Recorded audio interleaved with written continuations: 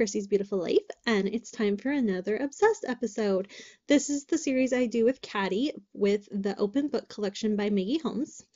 And this week we are using 3 pieces of pattern paper and 1 cut apart sheet, which is what you are seeing right now.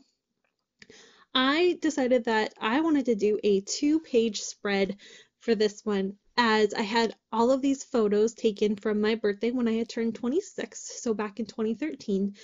And I really wanted to tell a story about how these are kind of the last huge family photos we've really taken I've taken with my mom and dad, because I kind of switched roles, right? I'm still a daughter, but I stopped becoming the daughter and I'm turning into a mother because I am pregnant in these photos. So they're very meaningful to me. And if you don't know, if I haven't mentioned before, I actually share my birthday with my dad.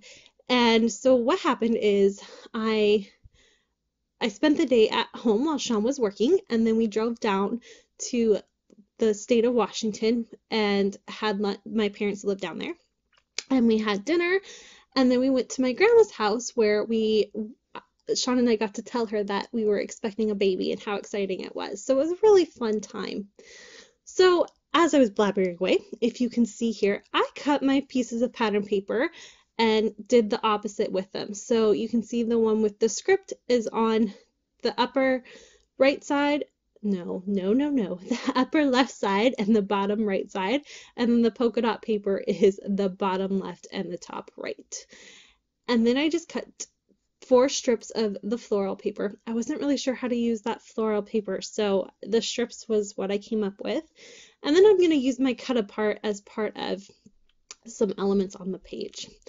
The challenge for this week, as if you haven't kind of caught on, we are giving ourselves challenges for every episode that we're doing, is we had to use 5 pieces of ephemera. Now this doesn't count from the cut apart piece, so that was just a separate thing that we had to use because it was pattern paper. And then Katty and I both happen to have the ephemera with all the ephemera, the floral ephemera, and the gold doilies, which I believe were a Studio Calico. They're not actually from Maggie Holmes.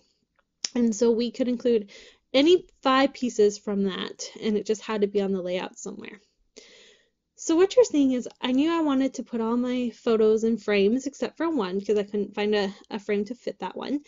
And I cut them all down and made them fit, placed them randomly to try to make them do what I want them to.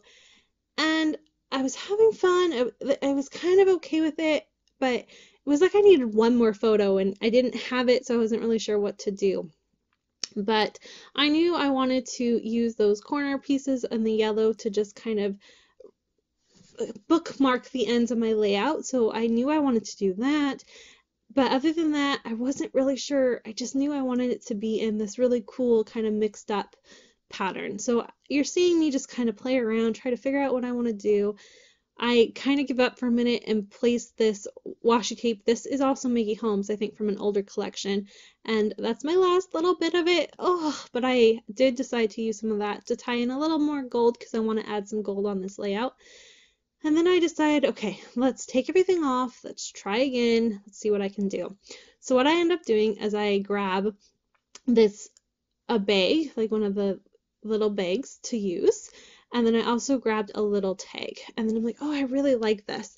And then I realized just because I want it to be 2 pages doesn't mean both pages have to be 12 by 12. And that solved my problem all completely.